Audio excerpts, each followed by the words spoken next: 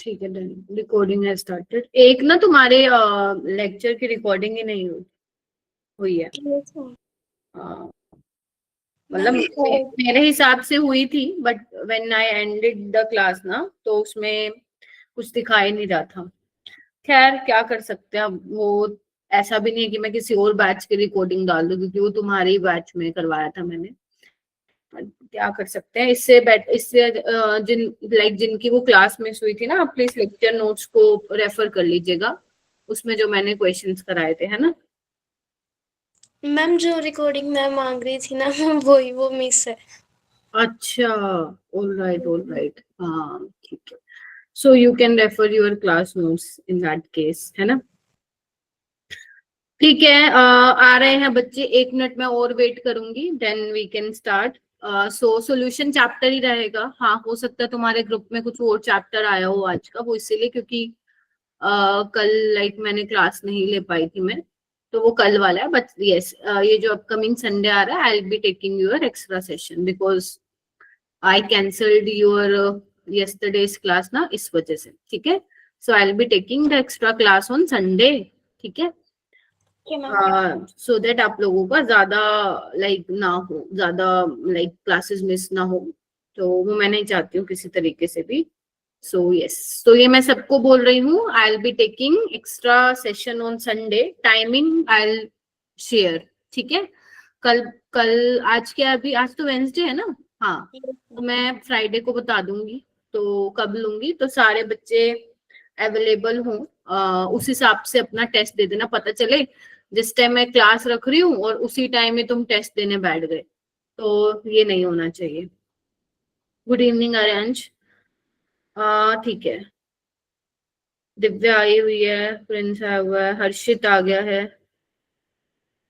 हर्षित जी, group में respond करो, है ना, ग्रुप में रिस्पॉन्ड करो। Yes ma'am. दिव्या आ गई है, अच्छा वो आ गई, क्या नाम है, सुखजीत।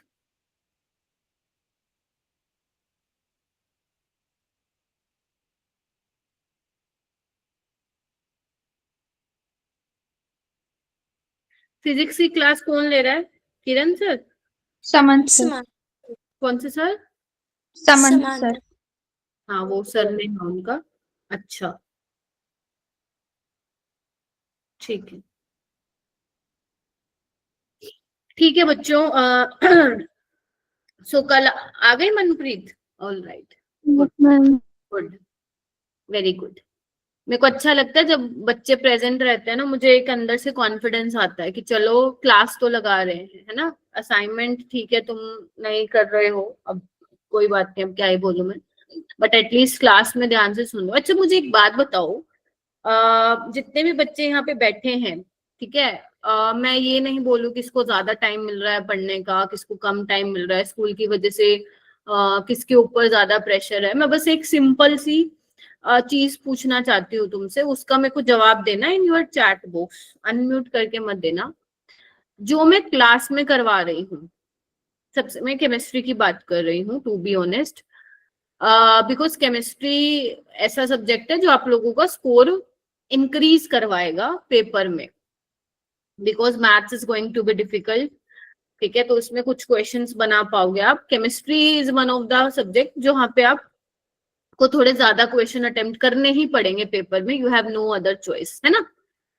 तो मैं बस आपसे ये पूछना चाहती हूँ कि जैसे जो मैं क्लास में करवाती हूँ, है ना, जैसे अभी तक मैंने ले लिए ना, 4-5 क्लासेस मैंने ले लिए, तो आप मुझे ये बताओ, क्या आप जो मैं क्लास में करवा रही हूँ, लेट से मैंने 10 क्वेश्चन कराए क्लास में, नहीं 15 तो करवा ही देती हूँ, मान लो मैंने 15 क्वेश्चन कराए और 10 तुम्हें होमवर्क में ही दिए, क्या तुम इतना कर सकते हो क्या कि वो 10 क्वेश्चन जो दिए हैं होमवर्क में, वो प्लस जो मैंने क्वेश्चंस करवाए हैं उसमें से जो तुम्हें नहीं समझ में आए क्लास में, एक तो वो क्वेश्चन है जो तुमसे बन गए मेरे साथ साथ क्लास में, और कई ऐसे भी होंगे जो तुमसे नहीं बने, उनको रीअटेम्प्ट, मतलब उन्हीं को करना है दोबारा, कि तुम कर सकते हो।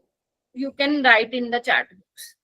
ये मतलब यस हो पाएगा क्या 11 जनवरी तक, या मैं बोलूं 20 जनवरी तक, क्योंकि 11 तक तो क्लास लगेगी बस, क्योंकि बहुत बच्चों को ये होता है कि मैम कहाँ से क्वेश्चन करें।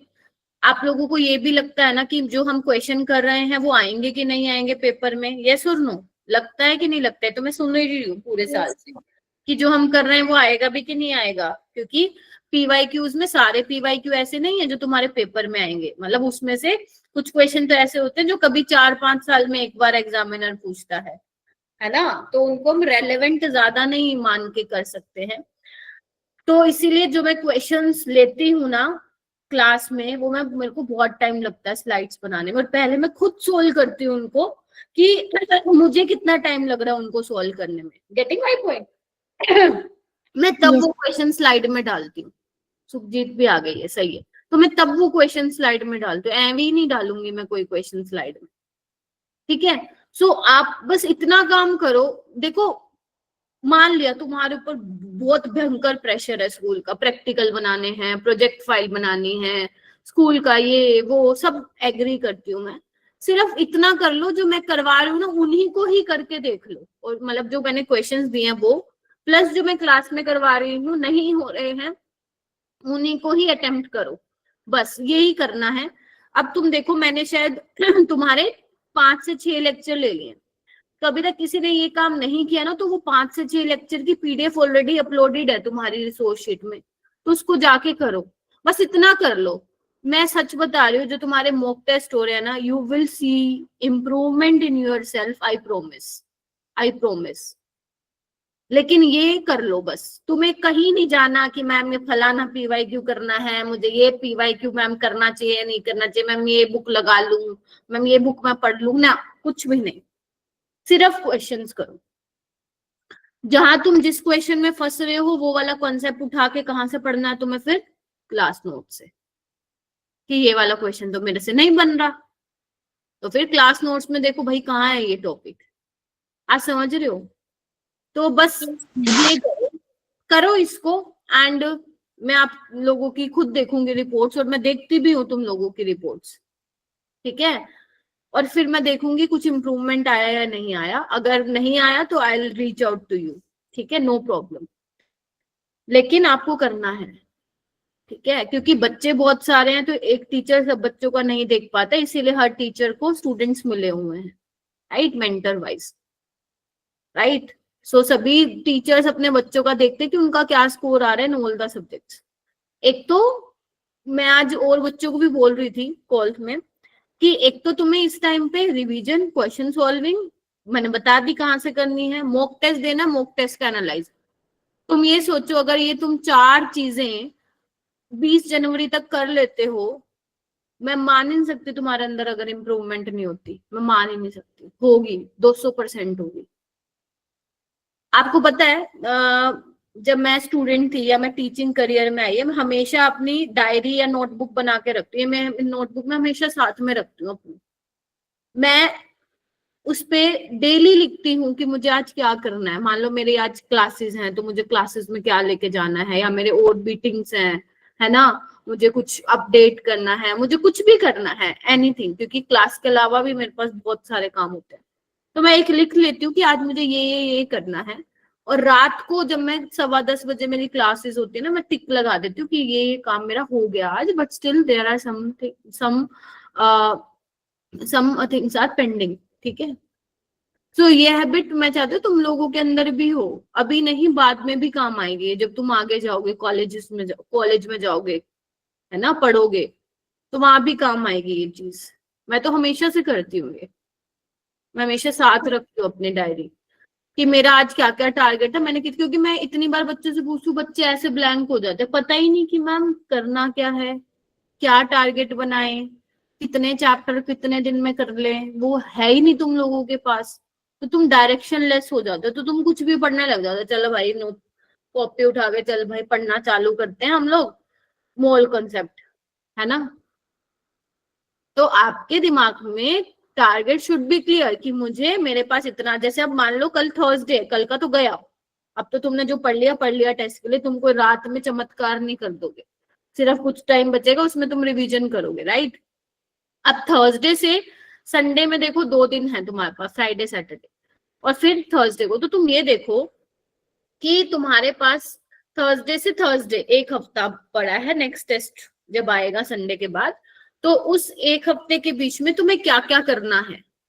क्या तुम्हारे पास वो क्लियरली कहीं पे मेंशन है कि मुझे एक हफ्ते में ये करना है? मेरे ख्याल से बहुत कम बच्चों के पास होगा कि मुझे ये करना है नेक्स्ट वीक के थर्सडे आने से पहले।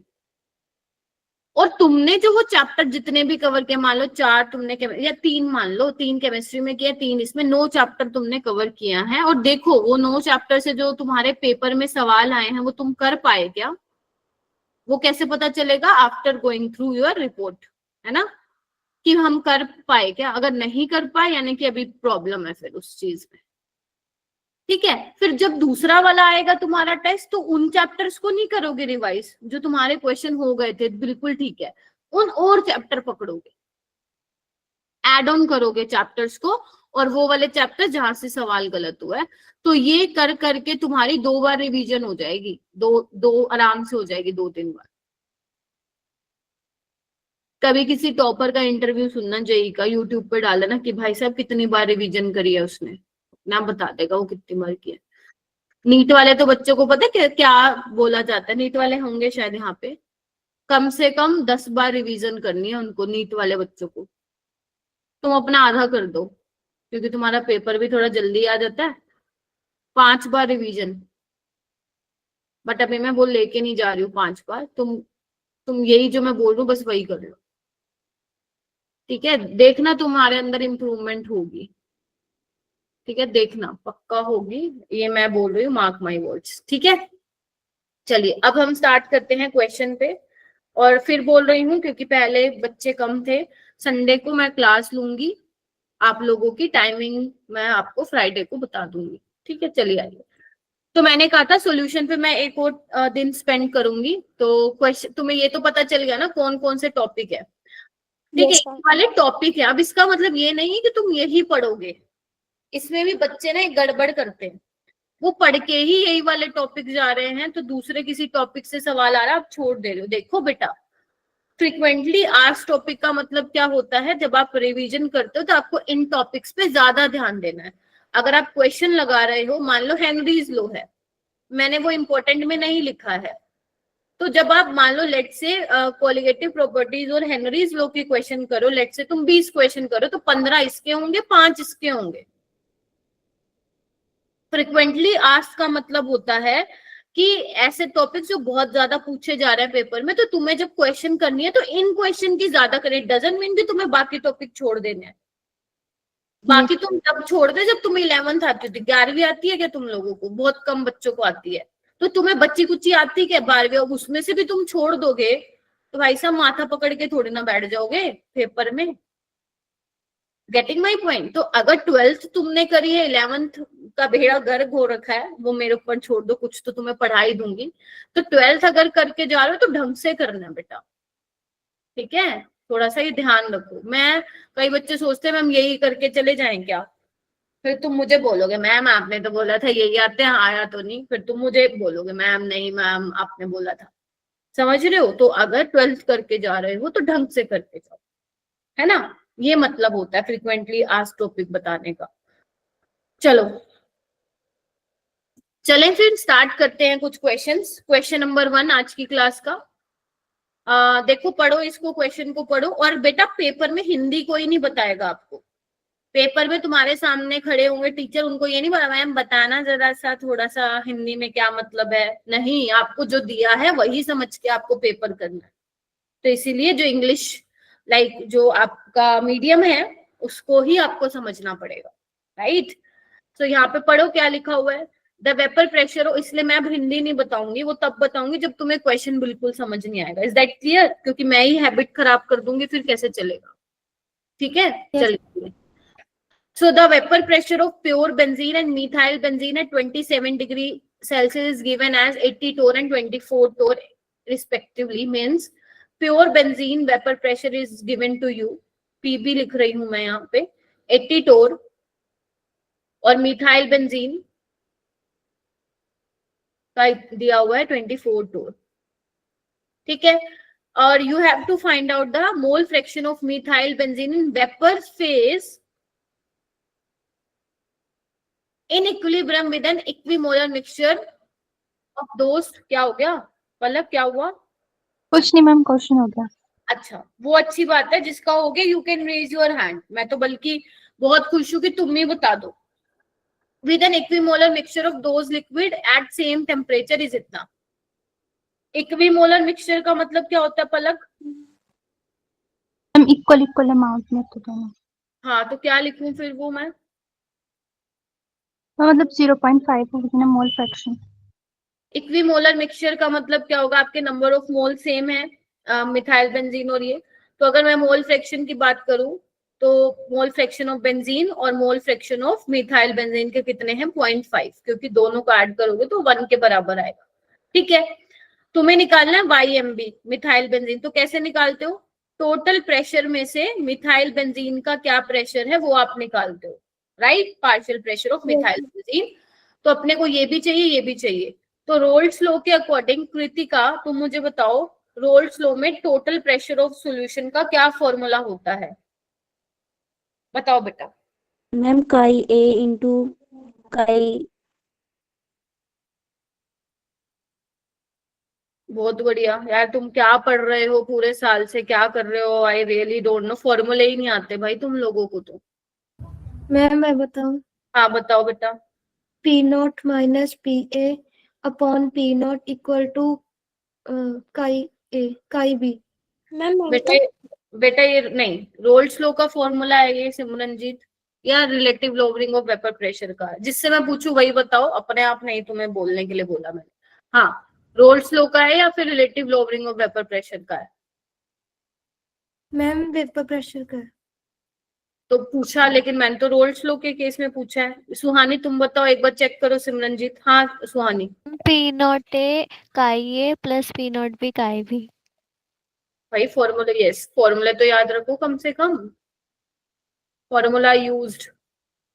अब P0A क्या है? मिथाइल वो है अपना बेंजीन है, तो मैं इसमें PB लिख रही हूँ, और ये अपना मिथाइल बेंजीन का है। ठीक है, सो यहाँ पे 80 हो जाएगा इंटू 0.5 प्लस 24 इंटू 0.5, क्या कहते हो बोलो? Yes, तो ये कितना हो जाएगा? 40, और ये कितना हो जाएगा आपका? 12, है ना? तो ये हो गया 52, यानी कि 52। तो YMB क्या हो जाएगा? ये आया कितना हमारा 12, और टोटल कितना आया? 52। तो अपने को यहाँ से क्या करना है? सोल्व कर लोगे विदाउट कैलकुलेटर। कितना आ रहा है मैम 23 0.23 आ रहा होगा ना इसको 0.23 solve करने के बाद? हाँ, तो ये बताओ मेरे को, 0.23 आ रहा है, और आपको ऑलरेडी 10⁻⁻2 दिया हुआ है, तो 23 will be your final answer. क्या ये क्वेश्चन देखो, ये कहाँ आया हुआ था? 2024। तुम्हारे जितने भी बच्चे तुम यहाँ पे बैठे हो, अगर किसी की शिफ्ट में ऐसा क्वेश्चन आएगा और अगर तुम छोड़ के आ गए, तो वहीं पे इमेजिन कर लेना कि मैम हमें जोर से चाटा लगा रही है। समझ में आ गया सबको? yes, ma'am. तो बेसिकली यहाँ पे पूछा क्या गया था तुमसे कि वेपर प्रेशर दिए हुए थे तुम्हें, ठीक है? इक्विमोलर मिक्सचर का मतलब मालूम होना चाहिए था, रोल्स लॉ का फॉर्मूला मालूम होना चाहिए था, और वेपर फेज में क्या फॉर्मूला होता है वो तुम्हें पता होना चाहिए था। दैट्स इट, सीधा कैलकुलेशन है, कोई मगजमारी नहीं थी इस क्वेश्चन में। ठीक है, तो this is your question number first. Next question, question number 2। वैसे तो 2 ही डला हुआ है इस पे, अगर तुम नोटिस करो तो यही मैंने तुम्हें होमवर्क में भी दिए थे, इससे पता भी चल रहा कितने बच्चे तुम होमवर्क करते हो। ध्यान से देखो, आपको क्या दिया हुआ है? 0.05 molar copper sulphate when treated with 0.01 molar potassium dichromate gives green colour solution of copper dichromate.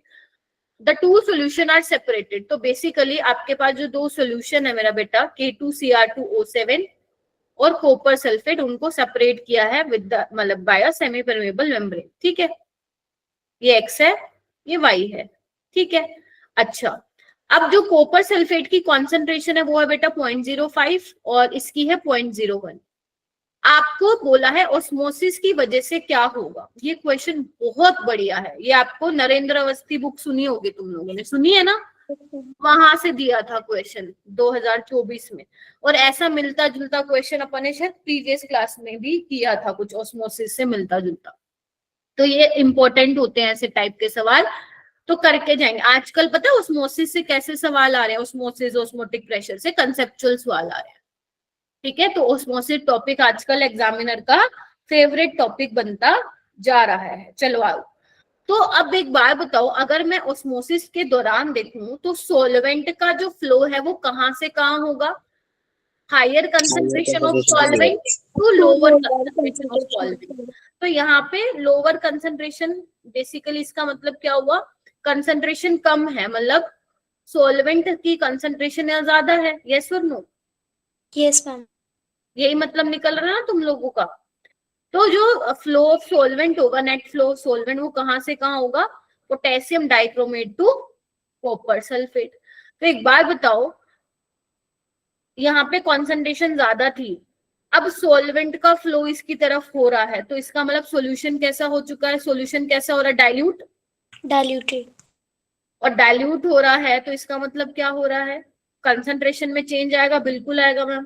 तो मोलैरिटी क्या होगी? डिक्रीज। कम होगी। क्यों? मोलैरिटी क्या होता है? Number of moles of solute by volume of solution in litre. तो क्या हो रहा है? वॉल्यूम बढ़ रहा है, सॉल्वेंट की कॉन्सेंट्रेशन बढ़ रही है, सॉल्यूशन डाइल्यूट हो रहा है, मोलैरिटी क्या हो जाएगी इसकी? कम हो जाएगी। तो यानी कि कॉपर सल्फेट की मोलैरिटी क्या हो रही है? कम हो रही है। बाकी और भी ऑप्शन देख लेते हैं। Molarity of dichromate is lower, this is wrong. Green colour formation observed on the side Y, नहीं, ऐसा कुछ नहीं है कि ग्रीन कलर ऑब्जर्व्ड होगा कॉपर सल्फेट की साइड, और ना ही green colour formation observed on side X, ये भी क्या है? गलत है। ठीक है जी। मैम इस ग्रीन कलर क्यों नहीं ऑब्जर्व होगा मैम? क्योंकि जब वहां पे मैम डाइल्यूशन हो रहा है। बेटा तो बेटा बेटा एक सेकेंड, आप क्वेश्चन को गलत पढ़ रही हो। ऑस्मोसिस की वजह से क्या होगा ये आपको बताना है। ग्रीन कलर कहाँ ऑब्जर्व होगा यू आप बता ही नहीं पाओगे, कैसे बताओगे आप? Okay ma'am. समझ रहे हो सारे बच्चे? आप नहीं बता पाओगे ग्रीन कलर कौन सी साइड पे ऑब्जर्व हो रहा है। तो ध्यान रखना, जब ऑस्मोसिस होता है सॉल्वेंट कौन सी डायरेक्शन में जाता है ये आपको पता होना चाहिए, और मोलैरिटी में चेंज आता है। और मोलैरिटी में चेंज, मोलैरिटी कम कहाँ पे होगी? जिस साइड आपका सॉल्वेंट जो है फ्लो कर रहा है।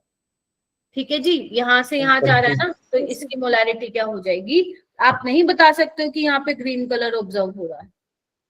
ठीक है, कंसंट्रेशन के अलावा और क्या चेंजेस आते हैं?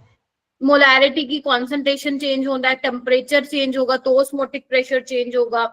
जिसपे भी आपका क्या बोलते हैं, अगर ऑस्मोटिक प्रेशर से रिलेटेड सवाल है तो आप ये देख लो कि ऑस्मोटिक प्रेशर किस पे डिपेंड कर रहा है, कॉन्सेंट्रेशन पे कर रहा है, आपका टेम्परेचर पे कर रहा है। मेन कॉन्सेंट्रेशन और टेम्परेचर का रोल होता है अब्दुल्ला, राइट?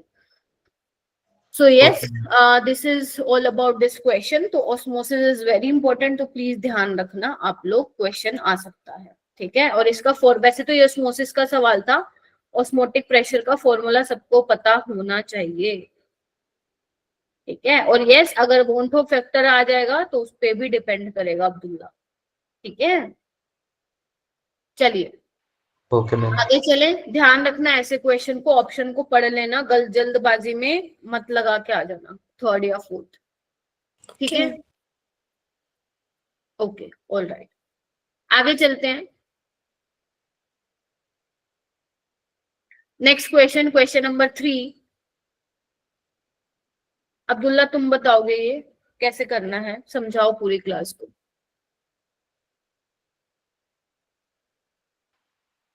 Yes ma'am. बताओ। हाँ हाँ सोच लो, मैंने सोचने का ही नहीं टाइम दिया तुम्हें, सोच लो।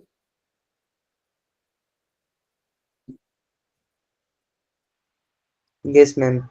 हाँ बेटा बताओ। मैम हमारा इसमें फॉर्मूला लगता है। क्या? मैम यहाँ पे हमें number of moles of urea upon में नंबर ऑफ मोल्स, मैम मतलब हमें इसमें बेसिकली उसका वो मोल फ्रैक्शन निकालना है। तो मैम इसमें हमें number of moles of urea upon में नंबर ऑफ मोल्स ऑफ वो वाटर गिवन है। मुझे ये बताओ यूरिया है कहाँ पे? मुझे नहीं दिखाई दे रहा है या तुम कुछ और बोल रहे हो? यूरिया तो यहाँ पे मुझे दिख ही नहीं रहा बेटा, इथाइल अल्कोहल और पानी दिख रहा है, और आपसे मास परसेंट पूछा है, मोल फ्रैक्शन कहाँ से पूछती है आपसे? सॉरी मैम, मैंने दूसरा वो क्या कहते हैं पीडीएफ खोला हुआ था। क्यों PDF क्यों खोला होता है? ये क्या दिखा रही हो फिर मैं क्लास में? प्रिंस खोजान आप बताओ।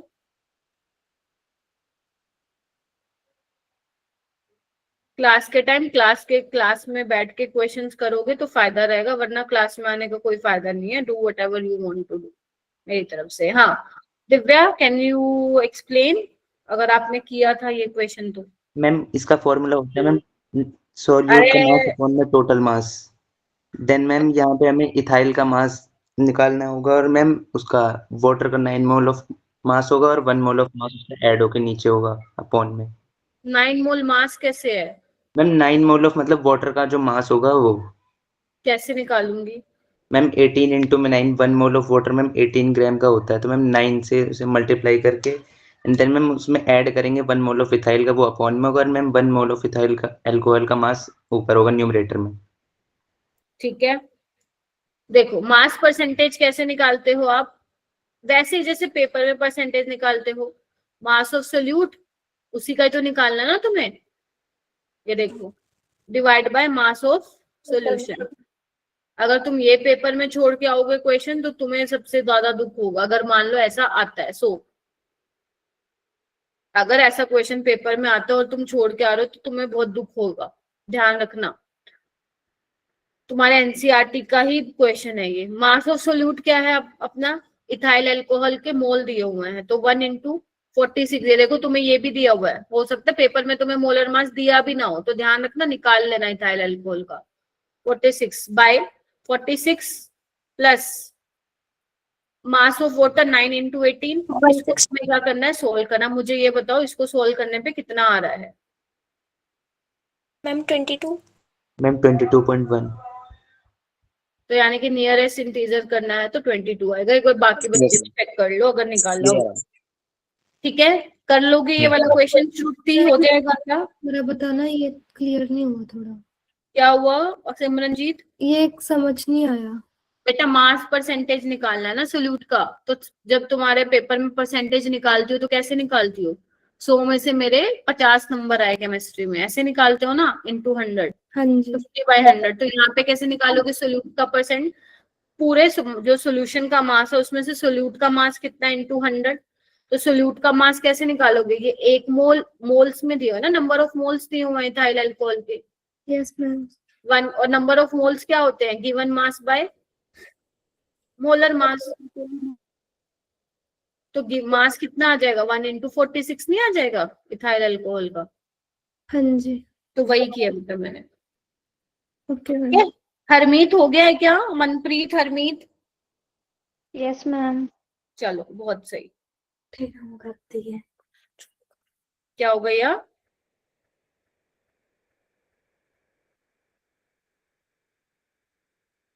नेक्स्ट क्वेश्चन आते हैं, question number 4।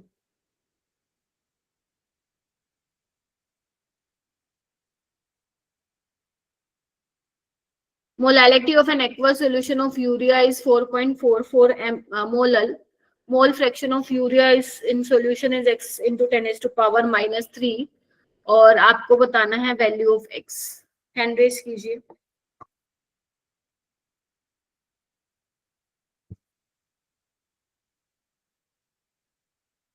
Try to solve. आप लोगों को मैं 1 मिनट दे रही हूँ बेटा, हो सकता है कि इन बच्चों ने किया हो, नहीं किया हो। Take your time and solve this question. लगाओ फॉर्मूला। अगर शॉर्ट नोट्स बने हुए, फॉर्मूला शीट बने हुए, you can take help from there also, लेकिन ट्राई टू सोल्व।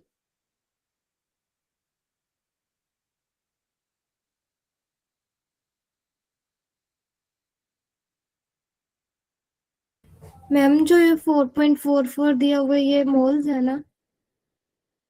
मोलालिटी दी हुई है बेटा। ओके मोलालिटी क्या होते हैं? Number of moles of solute पर सॉल्वेंट इन केजी। तो इसका मतलब क्या होगा? 4.44 moles of urea present in 1 kg of solvent. ठीक है, तो this is moles of solute. ठीक है, सोल्यूट के मोल्स दिए हुए हैं। हाँ जी। सोल्व करो बच्चों।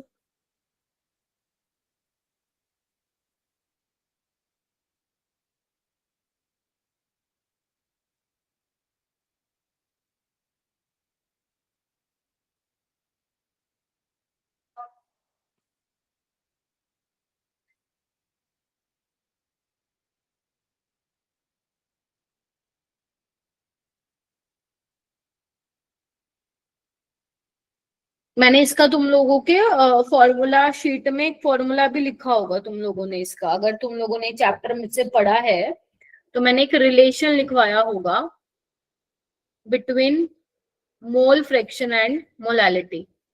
हर्षित आप बता पाओगे क्या लिखवाया था?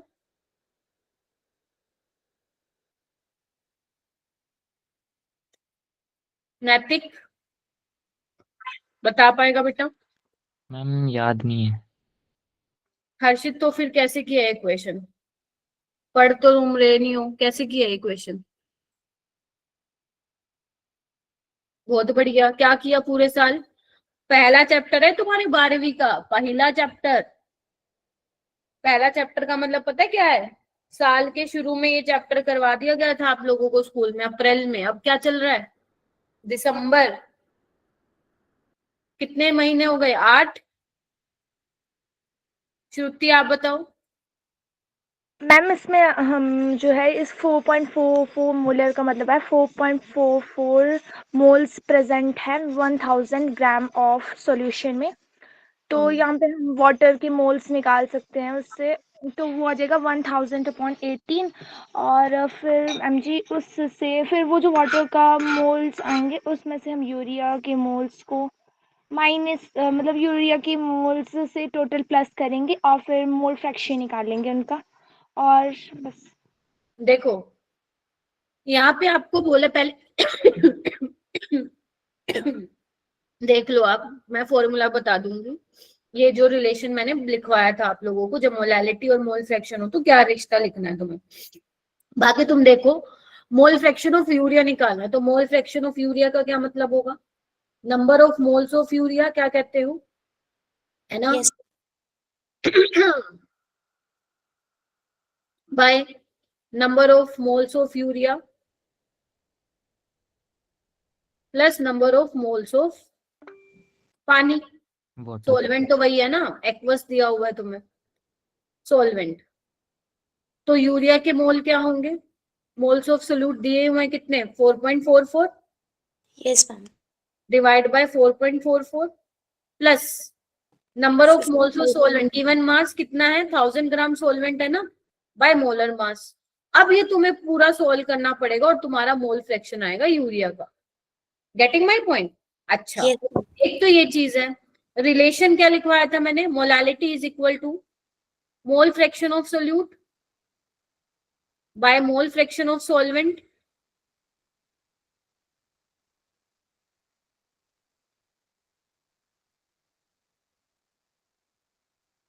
इनटू, बताओगे क्या लिखवाया था? into 1000 by solvent.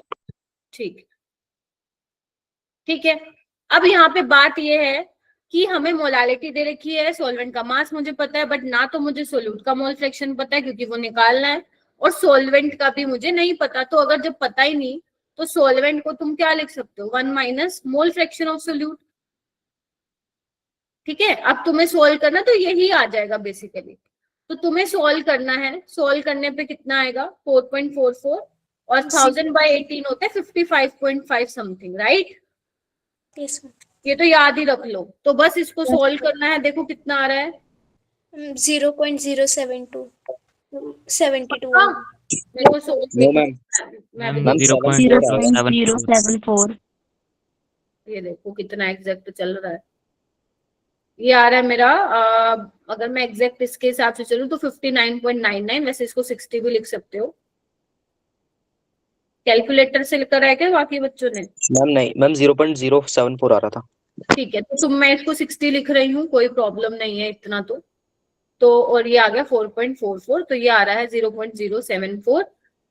10⁻³ बच्चों आपको ऑलरेडी दिया ही हुआ है, तो आंसर वुड बी 74। ठीक है, डन मैम तो ये फॉर्मूला भी आप ध्यान रखो। हाँ धनंजय, मैम इससे आप वो रिलेशन पे कैसे पहुंचे कौन सा बेटा? जो आपने ये डायरेक्ट फॉर्मूला बताया? ये याद रख ले बेटा, अब मैं डेरिवेशन तो नहीं बता रही हूँ यहाँ पे, है ना। ये इसी को ही जो ये आपका फॉर्मूला होता है इसी को ही बना के ये बनाए जाते हैं रिलेशन। तो इसीलिए डायरेक्ट लर्न कर लो relation between molarity and mole fraction. नहीं याद रहता है तो जब तुम इसको यूज करोगे तो यही बन के आ जाएगा। तो अगर तुम ऐसे ही आता है, क्योंकि ऐसे भी करके कोई मुश्किल नहीं है, simple, you have to just apply the formula of mole fraction, और तो कुछ करना ही नहीं यहाँ पे। मैम हाँ अब्दुल्ला, मैम ये मैंने दूसरे फॉर्मूले से करा था। कौन से फॉर्मूले से बेटा बताओ?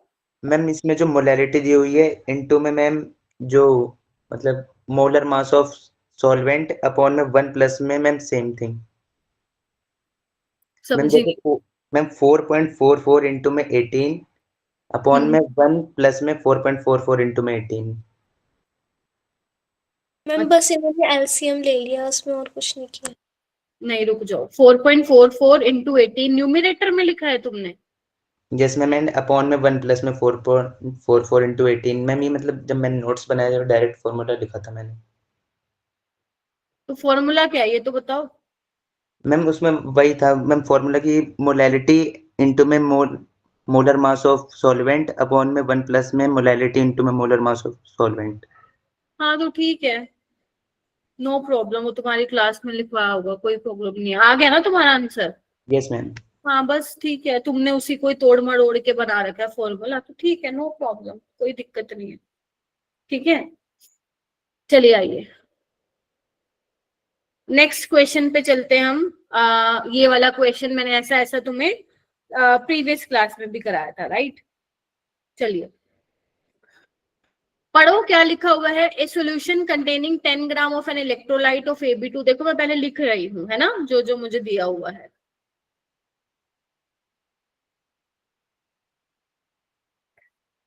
मास ऑफ सॉल्वेंट कितना दिया है? 100 ग्राम, है ना। और जब तुमने 10 ग्राम इलेक्ट्रोलाइट डाला 100 ग्राम सोलवेंट में, तो एलिवेशन, ओके, बॉइलिंग पॉइंट कितना हुआ? 100.52। तो ये आपका जो बॉइलिंग पॉइंट है वो एलिवेशन इन बॉइलिंग पॉइंट नहीं है, this is a boiling point of your solution, solution का बॉइलिंग पॉइंट है। डिग्री ऑफ आयनाइजेशन अपने को निकालना है, मोलर मास दे रखा है, केबी दे रखा है, वाटर का बॉइलिंग पॉइंट भी दे रखा है, Ab2 ये भी बता रखा है। भाई साहब इससे आसान क्वेश्चन क्या देगा एग्जामिनर, ये भी दिया हुआ है। तो n की वैल्यू क्या आ जाएगी अपनी? 3 आ जाएगी। तो हमें पता है डेल्टा TB होता है I into KB into molality, right. तो एलिवेशन इन बॉइलिंग पॉइंट क्या होगा? TB माइनस TB नोट, यानी कि 0.52, है ना। निकाल दू क्या डायरेक्ट? 100.52 माइनस 100, तो ये आ जाएगा 0.52 डिग्री सेल्सियस। ठीक है, आई कितना आएगा हमें नहीं पता, निकालना है। ध्यान रखना एन की वैल्यू मत पुट कर देना, वो तब पुट करते हैं जब 100% डिसोसिएशन हो। केबी कितना है अपने पास बेटा? 0.52। Molality given mass of solute by molar mass 200 mass of solvent. ये तो देखो कितना आसान कैलकुलेशन बन गया, बताओ भाई। ये हट गया, ये हट गया, ठीक है, आपकी 2 0 से ये कर गई, तो बचा गया फिर मैम, बचा तो कुछ है ही नहीं हमारे पास। तो 1/2 यानी कि ये बन गया आपका 0.5, है ना।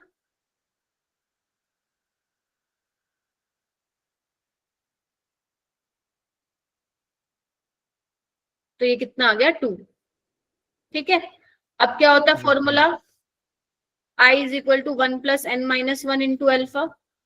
तो 2 1 प्लस n कितना है? 3, तो 2 अल्फा।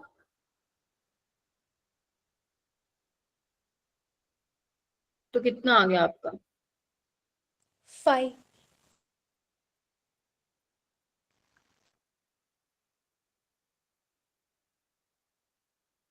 बना? Yes ma'am. Yes ma'am. ठीक है, सारे देख लो एक बार। कोई ऐसी चीज है, कोई ऐसा पॉइंट, मतलब कोई ऐसा स्टेप है जो समझ में नहीं आया है तो पूछ लो, अभी बोल रही हूँ, क्योंकि पेपर में तो बेटा ऐसे आएंगे ही सवाल। देख लो तुम, 2024 में आया है सवाल, और मैं फिर बोल रही हूँ सोल्यूशन के ज्यादा डिफिकल्ट सवाल नहीं होते। देखो किसी ना किसी शिफ्ट में तो आएगा डिफिकल्ट सवाल, इट्स ओके। फिर उन्होंने किसी और चैप्टर से आसान दिया हो, but most of the time solution chapter से आसान ही सवाल आता है, मतलब लाइक इजी मॉडरेट लेवल का सवाल आता है। तो तुम लोग पढ़ सकते हो अगर सॉल्यूशन चैप्टर किया है तो तुमने ढंग से। और तुम नोटिस करो ना, कोलिगेटिव प्रॉपर्टी से ही तो कितने सारे क्वेश्चन है। ये कोलिगेटिव था, ये तो कंसंट्रेशन का था, ये कोलिगेटिव से था, ये आपका रोल्स लॉ, तो कोलिगेटिव प्रॉपर्टी बड़ी इंपॉर्टेंट है। ठीक है, नेक्स्ट क्वेश्चन आते हैं, क्वेश्चन नंबर 6। कंसिडर द, ये वही क्वेश्चन है जो मैंने बोला था, क्या नाम है तुम्हें, अमनदीप, वो अब यहाँ देख लो आप। ठीक है, consider the dissociation of weak acid, weak acid का डिसोसिएशन कराया है और Ka आपको दिया हुआ है, ऑस्मोटिक प्रेशर निकालना है इस कॉन्सेंट्रेशन के लिए, ये आपको करना है। क्वेश्चन बड़ा ही अच्छा है, आप खुद सोचिए क्या समझ में आ रहा है इस क्वेश्चन को देख के। जो भी समझ में आ रहा है पहले वो अपनी नोटबुक पे उतार लो, क्या समझ में आ रहा है तुम्हें। चलो,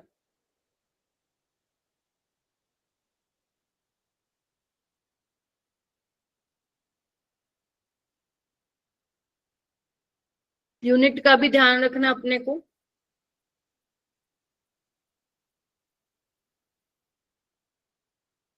ट्राई करो, it is a very good question.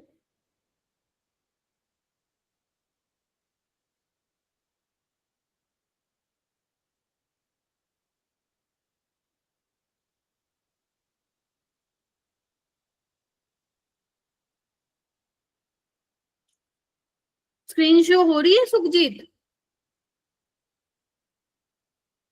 Ma'am बीच में चली जाती है। नेटवर्क इशू तो नहीं है? नहीं मैम, वाईफाई तो कनेक्टेड है, पर पता नहीं क्यों बार बार चली जा रही है। अरे रे,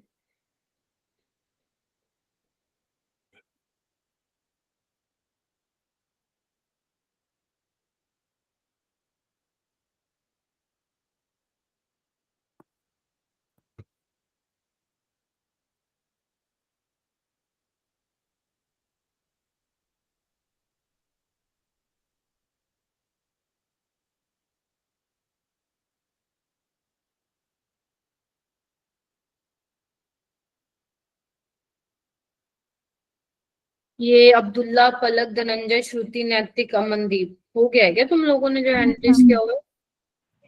मैम वो पहले, यस मैम हो गया। जिसका पहले का है वो नीचे कर लो भाई, जिसका हुआ है सिर्फ वही करो। अमनदीप हो गया तुम्हारा? मैम हुआ नहीं वैसे, सारा जो दिया हुआ था वो उतार लिया मैम, थोड़ी सी अप्रोच समझ आ गई इसलिए। बताओ बताओ, अप्रोच बताओ अमनदीप। मैम इन्होंने पहले HX दिया हुआ है, उसकी डिसोसिएशन दी हुई है, वो उतार ली थी मैम। फिर के डिसोसिएशन कांस्टेंट दिया हुआ था, ये उतार लिया मैम। फिर कंसंट्रेशन दी हुई थी 0.03 और मोलर, वो लिख ली मैम। R दिया हुआ था। फिर उन्होंने मैम ऑस्मोटिक प्रेशर निकालने को बोला है, उसका फॉर्मूला होता है मैम I/CRT। बस मैम इतना मैम, उसमें बस बाकी तो पता चल गया मैम, Ka का कहाँ यूज होगा ये नहीं पता चला। तो pi is equal to I/CR2, ये बिल्कुल ठीक अप्रोच है, लेकिन इसमें कुछ और चीजें जो हमें ध्यान रखनी है। देखो, ऑस्मोटिक प्रेशर तो हमें निकालना है, ठीक है। आई मुझे फिलहाल कहीं पे दिख नहीं रहा है, निकाल के आएंगे, देखते हैं। अभी इसको आई लिखते हैं। कॉन्सेंट्रेशन हमें दिया हुआ है, कॉन्सेंट्रेशन है मोल पर लीटर में, इज दैट क्लियर। आर दिया हुआ है 0.083 लीटर बार पर मोल पर केल्विन। अच्छा ठीक है। टेम्परेचर अपने को दिया हुआ है 300 केल्विन। अब देखना, केल्विन से पर केल्विन गया, पर मोल से मोल गया, पर लीटर से लीटर गया। तो तुम देखो जो पाई है वो बार में ही आएगा। कंफर्म करो सारे बच्चे। तो मैं इस यूनिट को पंगा इसका हटा दे रही हूँ, ठीक है। चलो,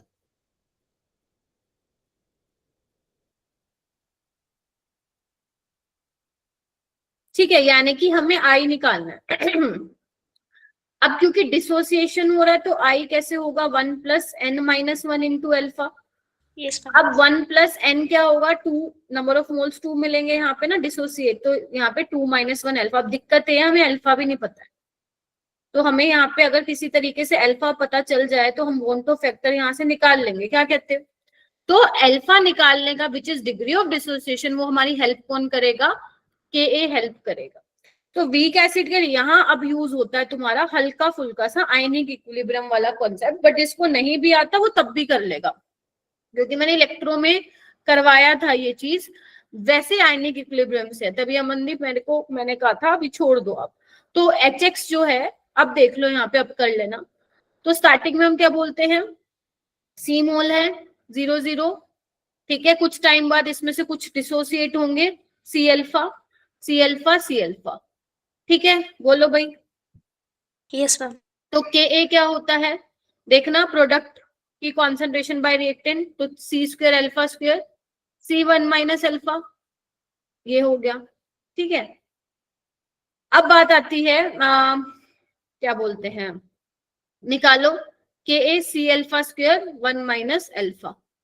अब बेटा यहाँ पे बात ये आ जाती है कि हमें अल्फा नीचे नेग्लेक्ट करना है या नहीं करना है, वो अपने को देखना पड़ेगा। हम ऐसे नेग्लेक्ट नहीं कर सकते। अगर वो बोल देता ना कि करना है तो हम कर देते। जब अल्फा लेस देन 0.5 होता है, 0.5 से कम होता है, तो हम नेग्लेक्ट कर देते। बट हमें नहीं पता ना यहाँ पे कितना आ रहा है अल्फा, यस और नो। Yes ma'am. तो अपने को अपन जो है नेग्लेक्ट नहीं कर सकते हैं यहाँ पे, ठीक है। सो अपने को इक्वेशन हो जाता बड़ा, बड़ा हो जाता है इक्वेशन। तो कॉन्सेंट्रेशन अपने को दे रखी है, कितनी दे रखी है, देख लो 0.03। 0.03, अल्फा स्क्वायर 1 माइनस अल्फा, और Ka आपको दिया हुआ है 1.2 इंटू 10⁻⁻5। तो अब इसको जो है अपने को सोल्व करके जो है निकालना पड़ेगा। समझ रहे हो आप मेरी बात? यस। तो एक काम करती हूँ, इसको मैं हटा देती हूँ सारा।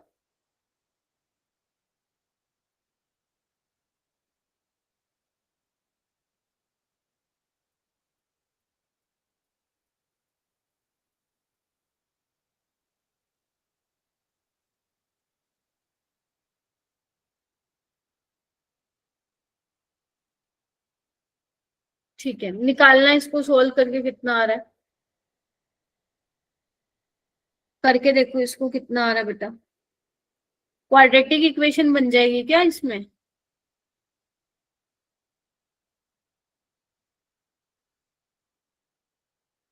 हाँ जी, जिन्होंने हाथ खड़ा, 1 माइनस अल्फा को अप्रोक्सीमेट पर नहीं मान सकते।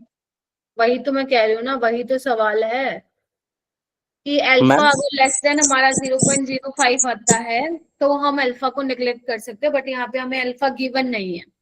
तो मैम या तो तुम एक काम करो, हाँ बोलो धनंजय। मैम वीक एसिड के लिए अल्फा स्मॉल नहीं होता क्या हमारा? क्या वीक एसिड के लिए जो डिग्री ऑफ डिसोसिएशन होता है वो हमारा स्मॉल ही तो होता है शायद। कितना पार्शियल होता है, कैसे निकालोगे ये? मैम 1 आई अगर लेस हो, आई अगर 1 से ज्यादा होता तो डिसोसिएशन होती है। नहीं, आई की तो नहीं बात हो रही बेटा, यहाँ पे आई की बात ही नहीं हो रही। We have to find out the alpha. एक मैम काम करो तुम लोग, इससे मुझे निकाल के बताओ, अगर मैं ये वाला फॉर्मूला लगाती हूँ तो कितना आ रहा है अपना। अगर मान लो मैं नीचे वाले को 1 माइनस अल्फा को अप्रोक्सीमेटली 1 ही मान लेती हूँ, तो के आपको दिया हुआ है 1.2 इंटू 10⁻⁻5, ठीक है। और कंसंट्रेशन दी हुई है आपको 0.03, 0.02। ठीक है। अरे 3 दी हुई है, ठीक है। तो ये कितना हो जाएगा 4, और ये कितना आ गया -1, और ये हो जाएगा 10⁻⁻4। तो ये आ गया 2 इंटू 10⁻⁻2, यानी कि आ गया 0.02। तो ये 0.05 से कम आ रहा है ना, यस और नो? Yes ma'am. तो we can use this formula. तो ऐसे केस में क्या करना, अगर मान लो पेपर में आ जाता है ऐसा क्वेश्चन, अल्फा ऐसे निकाल के देख लेना पहले, समझ गए? तो देख लेना किसके आसपास आ रहा है। तो आपका 0.05 से कम ही आ रहा है, तो अपन क्या करेंगे, क्वाड्रेटिक इक्वेशन यहाँ पे नहीं बनाएंगे, क्योंकि हमारा काम इससे ही चल गया। क्योंकि कुछ क्वेश्चन ऐसे हैं तुम्हारे PYQ में जहां पे आपका नीचे वाला नेग्लेक्ट नहीं होता है, बट इसमें हमारा काम चल गया है। तो अब अल्फा आ गया, बचा क्या, फिर तो हो गया भाई। आई क्या हो गया 1 + 0.02, तो ये आ गया कितना, बोलो,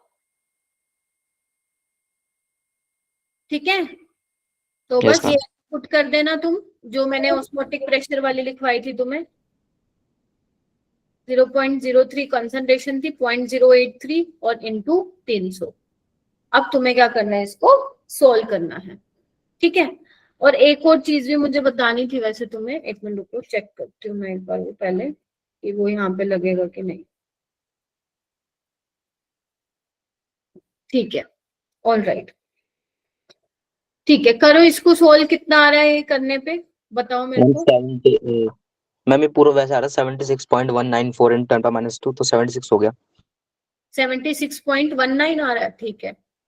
तो ये आ रहा है क्या 76 इंटू 10⁻²? देखो बाकी बच्चे भी एक बार चेक कर लो। Yes ma'am.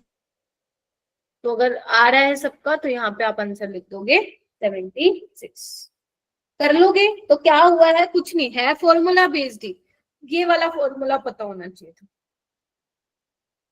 क्या अपन ने नहीं किया था, किया था अपन ने मेरे ख्याल से लेक्चरों में अपन ने, ठीक है। यस तो ध्यान रखना, ये मत बोलना पेपर मैम में तो आइनिक से आया था, हम तो नहीं करके आए। चलो नेक्स्ट क्वेश्चन करते हैं। देखो लास्ट क्लास में मैंने तुम्हें इसका ग्राफ वाला कुछ बताया था, कौन सा ग्राफ सही है। अब ये ग्राफ दे दिया और तुमसे क्वेश्चन पूछ लिया, करके देखो इसको, ट्राई करो सारे बच्चे, फिर मैं करवाती हूँ।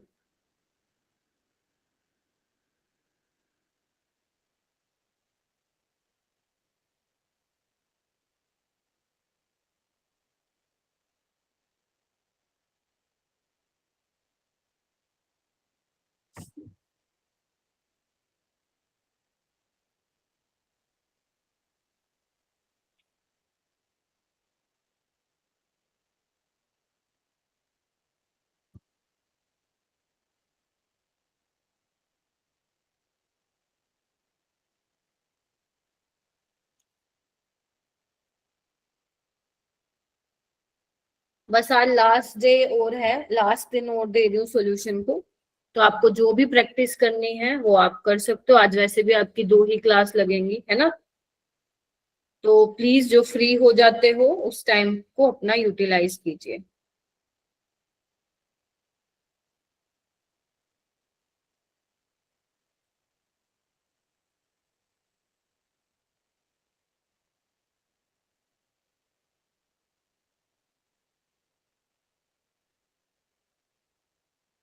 आपको दिया क्या हुआ है, x into 10⁻⁻² millilitre ethanol, right.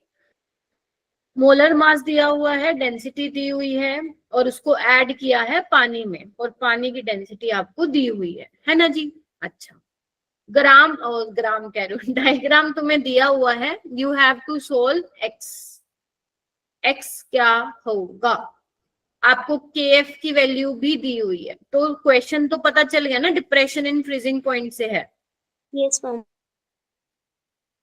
तो अगर अब डिप्रेशन इन फ्रीजिंग पॉइंट से सवाल आ रहा है तो हमें इसका फॉर्मूला पता होना चाहिए, काफी इंपॉर्टेंट टॉपिक है ये भी। तो delta TF is equal to I into KF into molality. I का तो कोई यहाँ पे सीन ही नहीं है, क्योंकि मीथेनॉल को आप नॉन डिसोसिएटेड फॉर्म में ही मानोगे, ठीक है। तो I यहाँ पे 1 है, इसलिए मैं इसको देखो यहाँ से हटा दे रही हूँ। तो डेल्टा TF क्या है, डेल्टा TF ये रहा मेरे पास, देखो ना, ये सॉल्वेंट का फ्रीजिंग पॉइंट है सोल्यूशन का। तो डेल्टा TF क्या होगा, देखो भाई, 273.15 माइनस 270.65, कितना हुआ ये बताना एक बार। 2.50। 2.50, ठीक है। चलो डेल्टा TF आ गया, तो डेल्टा TF आ गया। अब ये निकालना है, तो 2.50 इज इक्वल टू KF कितना दिया हो बेटा, 1.86। मोलैलिटी निकालनी है, देखो अब मोलैलिटी में काम करना पड़ेगा अपने को। मोलैलिटी होगा नंबर ऑफ मोल्स ऑफ, इधर देखो, number of moles of methanol by mass of solvent in kg, yes और no. Yes ma'am. Yes ma'am. ठीक है, अब नंबर ऑफ मोल्स तो दिए नहीं हुए, यानी कि given mass of ethanol bye molecular mass of ethanol into mass of solvent in kg। All right, अब देखो हमारे पास क्या क्या है। अब हमें मास भी नहीं दिया हुआ, डायरेक्ट तो हमें मास भी नहीं दिया हुआ, ठीक है, तो वो निकालते हैं हम।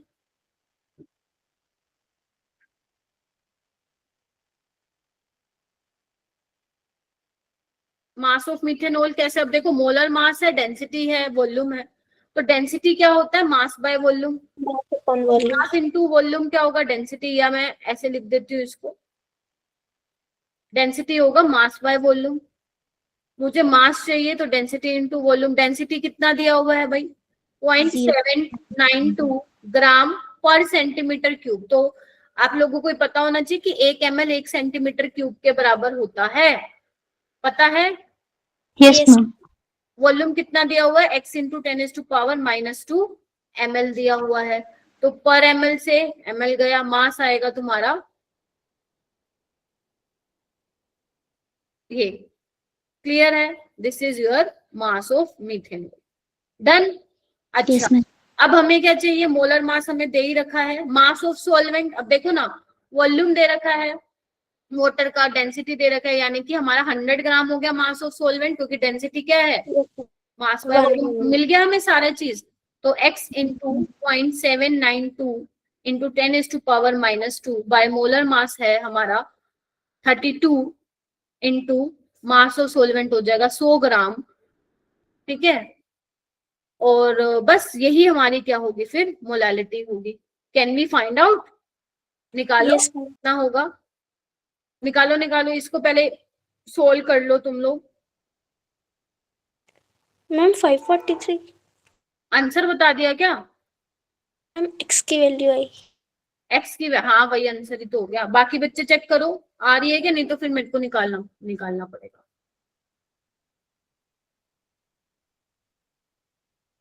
मैम सही है, 543 आएगा। कैलकुलेटर तो यूज नहीं कर रहे, नहीं मैम, पहले करा हुआ है। हाँ पहले करा हुआ है तो वो बहुत अच्छी बात है, बट कैलकुलेटर यूज मत करना, ठीक है। एक सेकेंड, कोई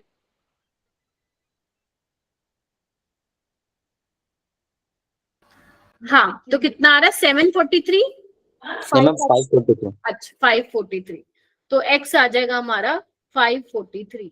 इसको जिसका नहीं आया है प्लीज सॉल्व कर लेना घर पे विदाउट कैलकुलेटर, क्योंकि भाई एंड में कैलकुलेशन आपको ही करनी है पेपर में, मैं तो यहाँ से कर दूंगी कैलकुलेटर से फटाक से, बट यू हैव टू क्या कहते हैं सोल्व मैन्युअली, ठीक है। तो अगर बाकी बच्चों का आगे 543 तो टाइम नहीं लगेगा, आपको उसी से ही करना। 543 आ रहा है मतलब अराउंड क्या आ रहा है, कट ही जाएंगे सब कुछ, तो वैसे ही तुम्हें क्या करना है, सोल्व करना है, ठीक है। Done, Yes. ठीक है। मैम जैसे ये वैल्यू आई मैम, और क्वेश्चंस में तो हमें ऐसे दिया होता है ना कि 10 की पावर -2 -3 मैम, तो वहां से पता चल जाता है कि हमारा आंसर की अप्रोक्सीमेट यही है। मैम यहाँ पे कैसे पता चलेगा? नहीं वो आपको निकालना ही पड़ेगा हर बार थोड़ी ना एग्जामिनर मेहरबान होगा आप लोगों पे, you have to solve completely. नहीं मैम, सॉल्व तो वहां पे भी करना पड़ता है ना मैम, बट थोड़ा सा टैली हो जाता है कि हाँ हमारा आंसर सही है। नहीं यार, अरे नहीं हो सकता है, टैली निकालना पड़ेगा टैली कैसे होएगा तुम्हारा यही तो सवाल है ना। अगर मान लो यही तुम्हें एमसीक्यू में दे दे फिर तो कोई दिक्कत ही ना है ना, फिर तो तुम्हें अराउंड, अगर तुम अप्रोक्सीमेट भी निकालते हो, मान लो 1.86 को तुम 2 भी ले लो, ठीक है कोई दिक्कत नहीं है, लेकिन ये पूछी इंटीजर लिया यहीं से, तो कंपटीशन क्रिएट हो रहा है, आधे बच्चे तो गलत वैल्यू भर के आएंगे सोल्व करने के बाद भी, समझ रहे हो आप मेरी बात। हाँ जी। तो इंटीजर जो न्यूमेरिकल आता है ना, इंटीजर बेस्ड क्वेश्चन, वो ही क्वेश्चन को एक्चुअली में डिफिकल्ट बना देता है, क्योंकि वहां पे हमें पता नहीं होता कि हमने जो निकाला है वो ठीक है या नहीं है, राइट। इतने प्रेशर में हमें वो होता है कि पता नहीं ठीक निकाल रहे हैं या नहीं, सो वही बात होती है। मैम इसके डिवीजन में तो मैम 2 बार डिवीजन में तो मैम 542 ही आ रहा था, फिर एक और बार करा तो 9 आया, तो उस वजह से 543 हो गया। हाँ जी। ये है, यही तो है ना, तभी तो बहुत नंबर कटते हैं इंटीजर बेस्ड में, और यहीं पे ही कंपटीशन क्रिएट होता है। तो ऐसे सवालों में ना हमें पेशेंस चाहिए। लेट्स से मान लो तुमने इतना निकाल लिया, ठीक है, और तुम्हें लग रहा है आगे कैलकुलेशन तो ज्यादा ही होगी, है ना, तो तुम वहीं पे एक बार छोड़ दो, जब एक बार बाकी पेपर कर लो फिर आराम से शांति से करना, ताकि कैलकुलेशन भी ठीक हो तुम्हारी। तो इसके लिए तुम्हारा मैथ्स देखो होना चाहिए, डिवाइड मल्टीप्लाई और ये चीजें ना स्पीड अप कब होती है, जब तुम बहुत सारे क्वेश्चन की प्रैक्टिस करते हो ना, तो ऑटोमेटिकली तुम्हारी स्पीड इतनी अच्छी हो जाती है कि फटाफट हो जाए वो कैलकुलेशन। शायद मैं करूंगी ना मेरे से जल्दी, तो तुम कर लोगे। समझ रहे हो आप मेरी बात? यस। तो वही बात है। तो अगर तुम्हें दिख रहा है कि अरे ये तो कैलकुलेशन बहुत लंबी है, तो फिर उसको वहीं पे छोड़ के मार्क कर दो कि ये मैंने छोड़ा है, और उसको वापस आके करना जब तुम्हारा टाइम बच जाएगा, उसको फटाफट करना।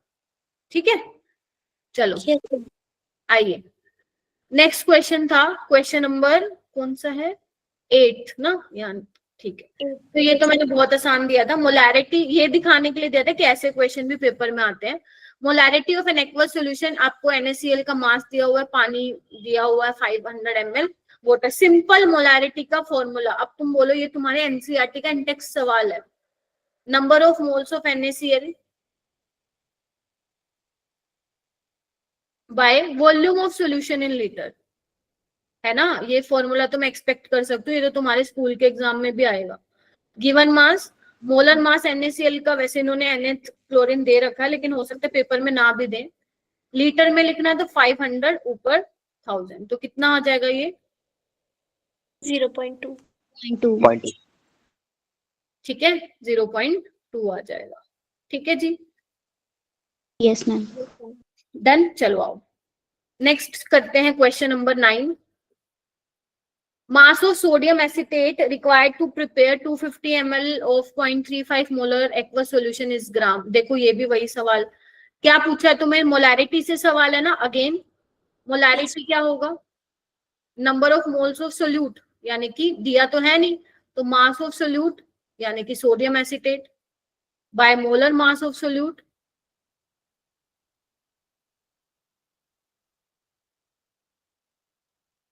into volume of solution in liter।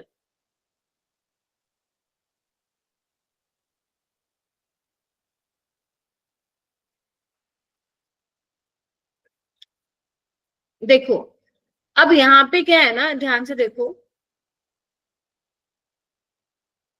आपको क्या दिया गया है, कितना आपको मास चाहिएगा टू प्रिपेयर इतना ग्राम, मतलब टू प्रिपेयर इतना सॉल्यूशन इन ग्राम। तो कैसे निकालोगे तुम इसको, बताओ। हाँ धनंजय, मैम फॉर्मूला में पुट करके निकल जाएगा।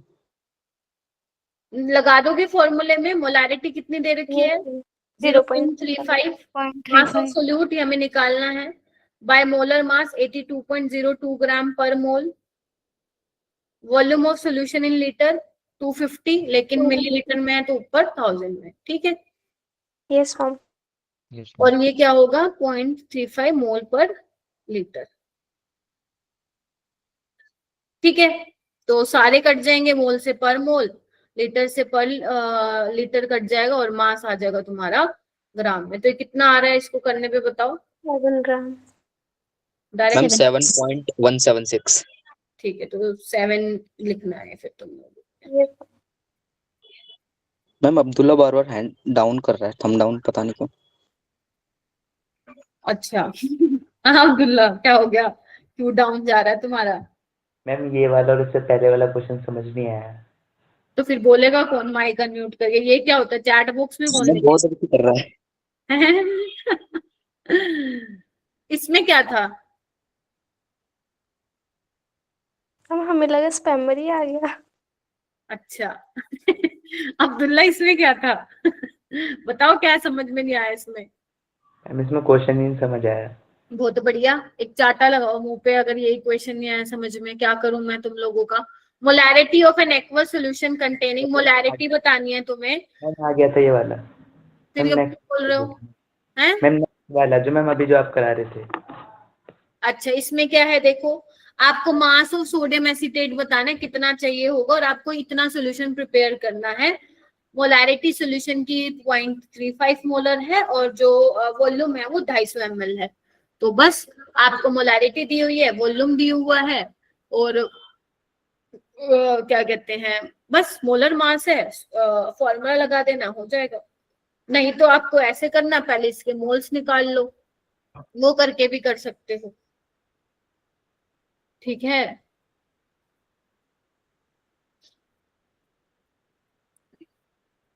बताओ इसमें क्या समझ में नहीं आया, क्या समझाना है मुझे इसमें।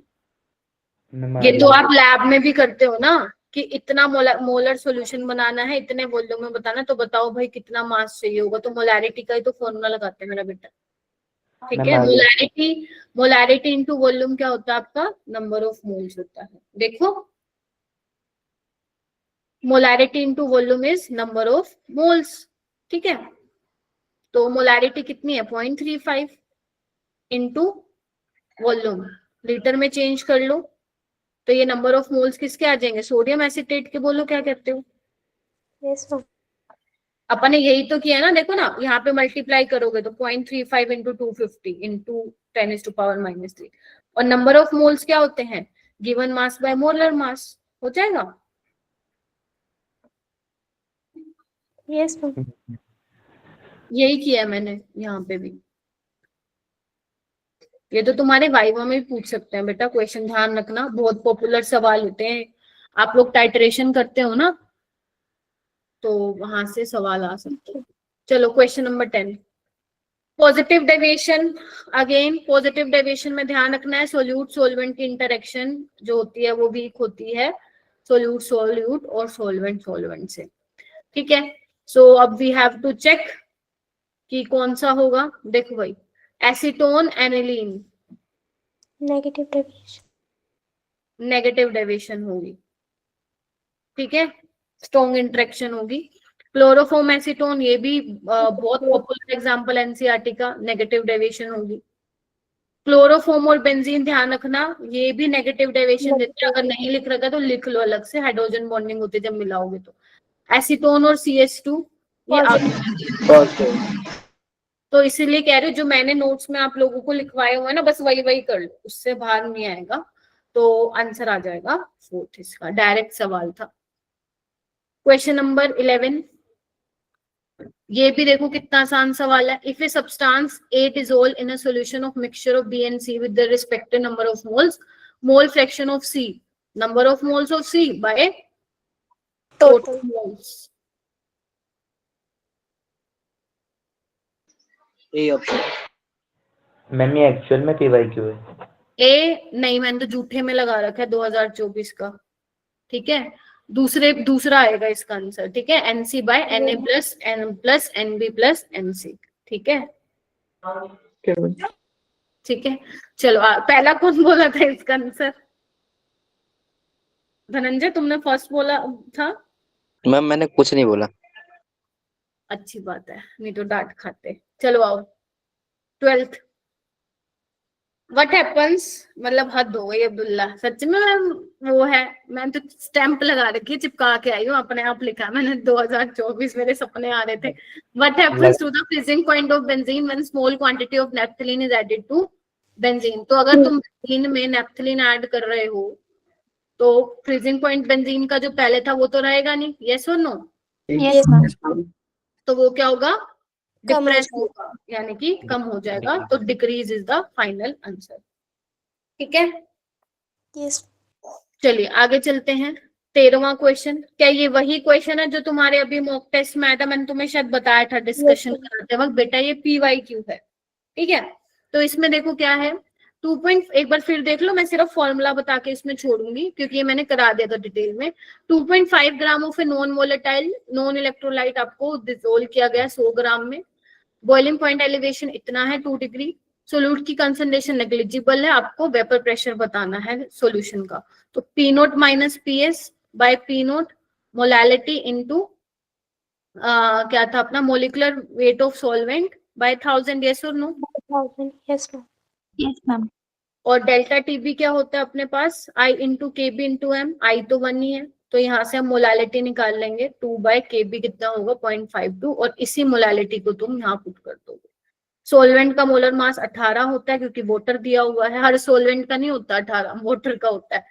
और यहाँ पे प्योर वेपर प्रेशर क्या आपको दिया भी हुआ है, देखो तुम्हारे उस वाले पेपर में नहीं दिया हुआ था ना, तो अंडरस्टूड है। ठीक है, 760 mmHg है, निकाल लोगे।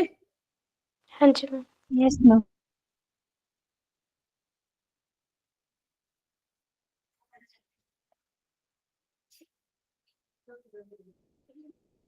देखो अब नेक्स्ट क्वेश्चन इसी पे ही बेस्ड है, करना एक बार ट्राई।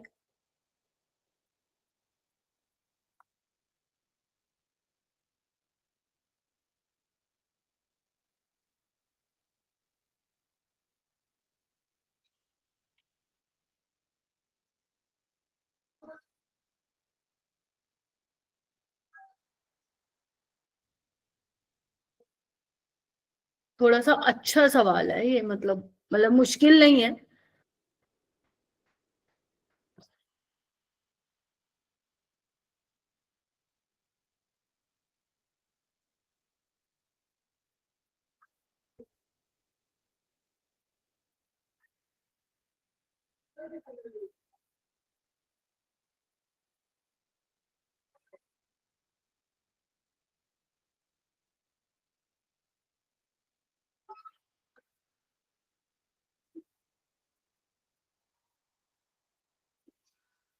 हाँ बुल्ला। मैम अप्रोच बता दें। अच्छा एक मिनट रुक जाओ, बाकी एक बार बताओ भाई किसको अप्रोच समझ में आई।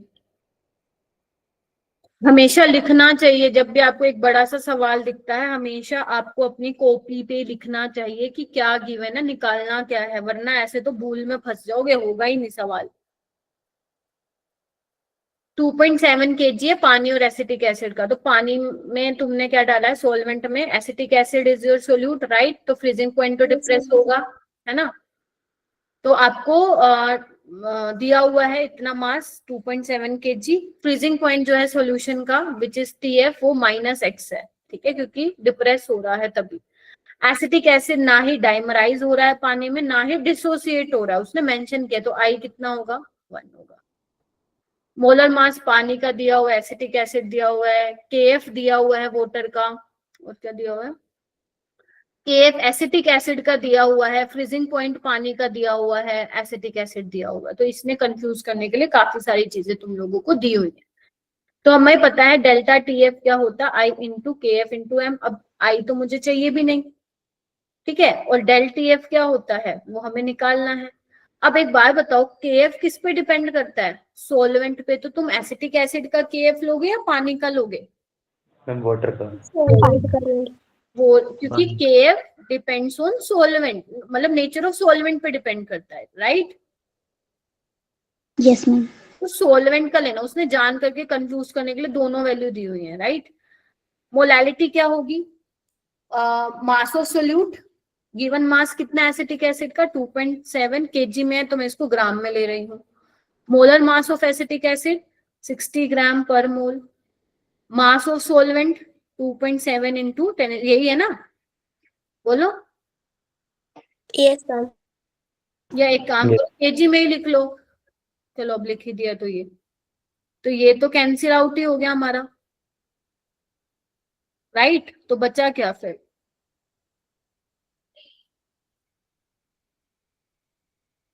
क्या हम इसको सॉल्व कर सकते हैं, हाँ मैम बिल्कुल कर सकते हैं।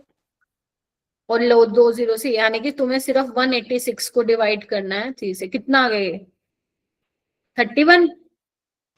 31। Yes ma'am. ये तो मैम सिंपल आ गया। अब बस 31 आ गया, तो डेल्टा टी, अरे एक सेकेंड, डेल्टा TF क्या होगा बेटा, TF नॉट माइनस TF, हाँ मैम। तो डेल्टा TF कितना है अपना 31, और ये आपका 27। मतलब पॉजिटिव में आएगा, तो ये तो 31 ही आ गया अपना answer. Yes ma'am. Yes ma'am. यही था इसका आंसर, निकाला था क्या। अरे बार बार इतने थम्स अप क्यों देते हो यार तुम लोग, एक ही बार थम्स अप दे लो, थम्स अप देने में मजा आता है क्या। मैम ये वाला क्वेश्चन कहाँ का है? ये वाला क्वेश्चन कहाँ पे, मतलब ये कहाँ का है मतलब? कहाँ, क्या कहाँ का लिखा हुआ है। मैं अपने होमवर्क में दिया था या उसमें आया था, पेपर में आया था? पेपर में नहीं आया था, ये तो PYQ है ना, होमवर्क में हो भी सकता नहीं हो सकता, तो मैंने लिया होगा कहीं से, ठीक है। मैम एक मुझे बार लगा होमवर्क में था, मैंने नहीं करा मैम, मुझे मिस हो गया मैम, नहीं था शायद ये। ना, कुछ क्वेश्चन होमवर्क के मैंने लिए थे, बाकी कुछ अलग से लिए थे। एक बार मैं इसका आंसर मैच भी कर लेती हूँ, just give me a second. Yes 31 is the correct answer, simple था। एक बार ये वाला देख लो question, we have 3 aqueous solution of NaCl, concentration आपको दी हुई है 0.1, 0.01, 0.001, वोंटो फैक्टर की वैल्यू आपको बतानी है। तो वोंटो फैक्टर की वैल्यू क्या आएगी, सेम आएगी क्या? ये जान करके मैंने क्वेश्चन दिया, बहुत इंपॉर्टेंट है। कौन सा क्वेश्चन है? 15वां। मैम उसकी वेंको फैक्टर कितना है उस पर डिपेंड करेगा ना। देखो आपका हो सकता है ये सोचो कि मैम वोंटो फैक्टर कंसंट्रेशन पे कैसे डिपेंड, सेम ही रहेगा। एक्चुअल का सेम ही होगा, है ना, आप लोग ये बोलोगे, बट एक्चुअल में दिस इज रॉन्ग। अब इनवर्सली प्रोपोर्शनल होगा। नहीं, अगर आपका इनवर्सली प्रोपोर्शन किसके? मैम आई के। कौन? कंसंट्रेशन या क्या? अल्फा। आई क्या होता है? 1 + n-1 अल्फा। तो आई Yes, जो वोंटो फैक्टर है that depends on degree of dissociation. ये सुनो, एक बात बताओ, अगर कंसंट्रेशन कम है तो डाइल्यूशन ज्यादा है? Yes ma'am. Yes ma'am. और डाइल्यूशन से लेना देना है अल्फा का डिग्री ऑफ डिसोसिएशन, ठीक है, और आई उससे रिलेटेड है। तो यहाँ पे अगर तुम ध्यान से देखो, एनसीईआरटी के मैंने जान करके टेबल लगाई है, यहाँ पे ना NaCl का देखो एक बार, अलग अलग कॉन्सेंट्रेशन पे वैल्यू ऑफ आई देखो एक बार तुम लोग। कॉन्सेंट्रेशन 0.1 है 1.87, कॉन्सेंट्रेशन 0.01 है 1.94 और 0.001 है तो Na 1.97, यानी कि कॉन्सेंट्रेशन कम है, डिग्री ऑफ डिसोसिएशन ज्यादा हो रहा है, यस और no? Yes ma'am. Upon Yes, ma'am. Dilution degree of dissociation बढ़ता है ना, उसमें बताया था मैंने तुम्हें इलेक्ट्रो में, है ना, आयनाइजेशन। तो वहां पे वोंटो फैक्टर भी क्या हो रहा है आपका? बढ़ रहा है। तो देख रहे हो, तो कंसंट्रेशन पे रिलेट कर, मतलब कंसंट्रेशन पे डिपेंड कर रहा है। तो ये एनसीईआरटी की टेबल है। देखो यहाँ पे देखो क्या बोल रहा है, केसीएल के केस में भी यही है, देखो, गेटिंग माई पॉइंट। और अगर मान लो वो कह रहे हैं कंप्लीट डिसोसिएशन, तो आई की वैल्यू क्या होगी फिर? 2 ही होगी। ध्यान से देखो, बहुत इंपॉर्टेंट है। अगर वो बोल रहा है कंप्लीट डिसोसिएशन हो रहा है देन आई की वैल्यू 2 होगी, बट अगर वो कॉन्सेंट्रेशन दे रहा है अलग अलग तो उस केस में आई की वैल्यू भी चेंज होगी। कॉन्सेंट्रेशन कम होगी, आई की वैल्यू ज्यादा होगी। तो तुम नोटिस करो केसीएल में भी ऐसा ही दे रखा है कुछ, MgSO4 में भी ऐसा ही दे रखा है और K2SO4 में भी ऐसा दे रखा है। तो कंसंट्रेशन के चेंज होने से वोंटो फैक्टर भी तुम्हारा बदलेगा, ठीक है। मैम हमेशा ही 2 होगी कंप्लीट डिसोसिएशन में? हाँ, अगर आपका मान लो आपको दिया हुआ 100% डिसोसिएशन और कुछ नहीं दे रखा तो NaCl 2 में ही टूटेगा ना बेटा। अच्छा, सिर्फ इसकी बात हो रही है, ओके। हाँ, मैम मतलब फिर आई की वैल्यू इनवर्सली प्रोपोर्शनली हुई ना कंसंट्रेशन के।